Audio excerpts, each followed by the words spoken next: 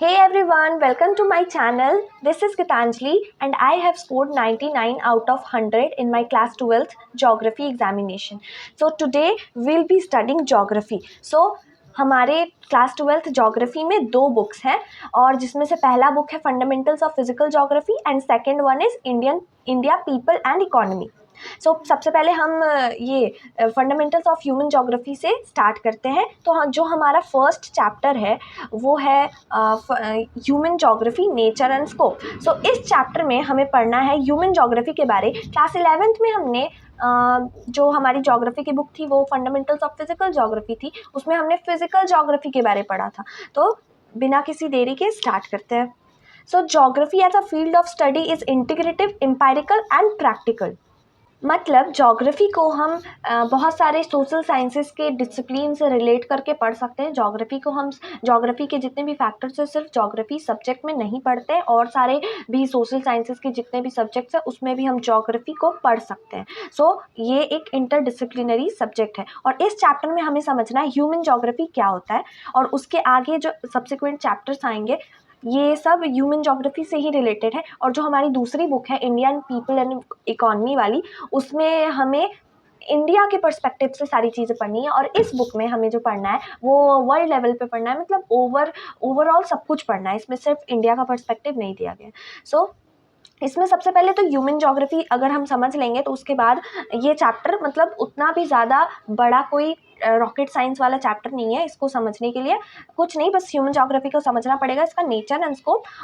Geography को हम बहुत सारे सोशल साइंसेस के सब्जेक्ट के साथ रिलेट करके पढ़ सकते हैं। इसका कहने का मतलब ये है earth has two major components, nature and that is physical environment, and उसके बाद है life forms including human beings. Basically human geography होता क्या है वो समझना है इस चैप्टर में। ह्यूमन ज्योग्राफी को समझने से पहले दो पॉइंट्स आप दिमाग में रख सकते हैं कि ये सबसे पहले तो रिलेटेड टू फिजिकल ज्योग्राफी है। मतलब ह्यूमन ज्योग्राफी जो कि एक नया डिसिप्लिन है, एक नया चैप्टर है आपके क्लास 12 के बुक में ज्योग्राफी के। तो इसका मतलब ये नहीं कि हम ह्यूमन ज्योग्राफी को बिल्कुल एकदम हटा के ही पढ़ सकते हैं, सेपरेट करके पढ़ेंगे, वैसे नहीं पढ़ा जा सकता है। इसको फिजिकल ज्योग्राफी के साथ आप रिलेट करके ही पढ़ सकते हैं। It is related to physical geography. Then physical geography studies physical environment. मतलब फिजिकल ज्योग्राफी में हम फिजिकल इन्वायरमेंट के बारे पढ़ते हैं जो कि अर्थ में प्रेजेंट है, जैसे लाइफ फॉर्म्स बहुत सारे होते हैं, सॉइल्स, वाटर, जो भी कुछ है वो फिजिकल ज्योग्राफी का पार्ट है।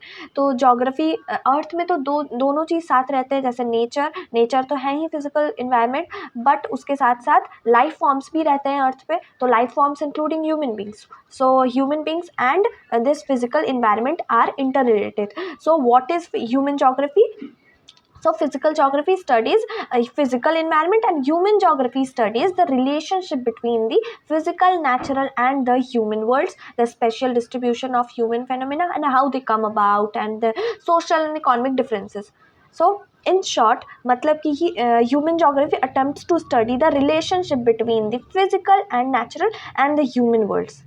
ऑल्सो यहाँ पे बहुत सारी चीज़ें भी पढ़ते हैं, स्पेशल डिस्ट्रीब्यूशन, जैसे कि कहाँ पे अलग अलग जगह पे अलग अलग तरीके के पीपल रहते हैं, लोग रहते हैं। उसके बाद ह्यूमन सेटलमेंट्स के बारे में पढ़ते हैं। उसके बाद सोशल इकोनॉमिक डिफरेंस, मतलब people of rural and urban areas के बारे, मतलब कि रूरल एरियाज़ में लोग कैसे रहते हैं और अर्बन एरियाज़ में लोग कैसे रहते हैं। उन दोनों का भी डिफरेंस सोशल इकोनॉमिक डिफरेंस में आ जाता है। ह्यूमन ज्योग्राफी का काम ही यही है कि हम उसके अंदर क्या पढ़ते हैं, रिलेशनशिप पढ़ते हैं, वो भी किसका, physical, natural and the human world. Both are inseparable. और ज्योग्राफी का मतलब ही यही होता है कि it tries to study earth as abode of humans. Class 11 में पढ़ा था हमने कि ज्योग्राफी क्या होती है। तो geography as a discipline tries to understand earth as abode और होम ऑफ ह्यूमन्स। ज्योग्राफी मतलब जो ज्योग्राफी के अंदर एज अ डिसिप्लिन हम पढ़ते हैं तो यही पढ़ते हैं कि जो फिजिकल ज्योग्राफी है, जो अर्थ में फिजिकल नेचर है जो वो, और जो लाइफ फॉर्म्स जो अर्थ पे रहते हैं वो दोनों आपस में कैसे रिलेटेड है। Also it studies all elements which have sustained human beings. So basically geography का अगर एक ओवरव्यू ले तो जोग्राफी का मतलब यही होता है कि इट ट्राइज टू स्टडी और understand earth as home of human beings and also it studies all elements which have sustained human beings. So अब यहाँ पे जो इम्फेसिस है वो दो चीज़ों पे है, एक तो नेचर पे और दूसरा ह्यूमन बींग्स पे। तो ज्योग्राफी के अंदर नेचर और ह्यूमन बींग्स को दोनों को साथ में पढ़ते हैं। आप किसी भी एक चीज़ को जैसे फिजिकल ज्योग्राफी को और ह्यूमन ज्योग्राफी को अलग अलग नहीं पढ़ सकते। तो इस चैप्टर में हमें पढ़ना ही यही है कि ह्यूमन ज्योग्राफी क्या होता है और वो कैसे फिजिकल जो ज्योग्राफी है उससे रिलेटेड है। और यहाँ पे एक और चीज़ नोट करने वाली है कि बहुत सारे human and physical phenomenas are described in metaphors using symbols from human anatomy. मतलब कि जो ह्यूमन एंड फिजिकल बहुत सारे फेनोमेनाज है उसको हम मेटाफर्स के रूप में बहुत ज़्यादा डिस्क्राइब करते हैं, जैसे कि face of the earth, eye of the storm. So ये सब क्या है, मेटाफर्स के जैसे यूज़ किए जा रहे हैं। जैसे कि फेस ऑफ द अर्थ का फेस, तो ये दोनों जो है यहाँ पे फिजिकल ह्यूमन एनाटॉमी से वर्ड्स लेके डिस्क्राइब किया जा रहा है फिजिकल ज्योग्राफी को, अर्थ जो फिजिकल ज्योग्राफी का पार्ट है। सो we can take the reference from here also that human geography and physical geography are inseparable. These both disciplines are intricately intertwined. और एक बात जो यहाँ नोट करने वाली है that is geography got subjected to dualism. So dualism का जो कॉन्सेप्ट है ये क्या होता है? So geography as a discipline should be law making, theorizing और नोमोथेमिक। मतलब ये ड्यूअलिज्म के कॉन्सेप्ट से बचा नहीं है। मतलब ज्योग्राफी को कैसे पढ़ा जाना चाहिए उसको लेकर भी बहुत सारे ओपिनियंस है कि ज्योग्राफी को इस तरीके से पढ़ना चाहिए या फिर इस तरीके से पढ़ना चाहिए। तो जो फर्स्ट जो अप्रोच है ज्योग्राफी को पढ़ने की, ऐसा सजेस्ट किया जाता है, वो है geography as a discipline should be whether it should be law making, theorizing और इट शुड बी डिस्क्रिप्टिव। मतलब ये दोनों के बीच में डिबेट चलती रहती है कि ज्योग्राफी एज अ सब्जेक्ट जो है उसको किस तरीके से पढ़ा जाना चाहिए। ज्योग्राफी को क्या हमें लॉ मेकिंग, थ्योराइजिंग, नोमोथेमिक वे में पढ़ना चाहिए, मतलब नोमोथेटिक वे में पढ़ना चाहिए। इसका मतलब होता है कि जो to take world as a whole generalization, मतलब कि पूरे वर्ल्ड के कोई भी एक कॉन्सेप्ट को ले लो और पूरे वर्ल्ड में वो किस तरीके से है उसे वैसे पढ़ना है। जैसे वेजिटेशन, मान लीजिए वेजिटेशन है तो वो it takes world as a whole and studies, मतलब जो वेजिटेशन का कॉन्सेप्ट है, ये जोग्राफिकल कॉन्सेप्ट है, उसको पूरे वर्ल्ड में ये किस तरीके से वैरी करता है, कौन सी जगह पे कैसे तरीके के वेजिटेशन पाए जाते हैं वगैरह वगैरह। उसके बाद आता है descriptive way of studying geography, idiographic way जिसको बोलते हैं, to study as a single phenomena, in depth study of that one thing.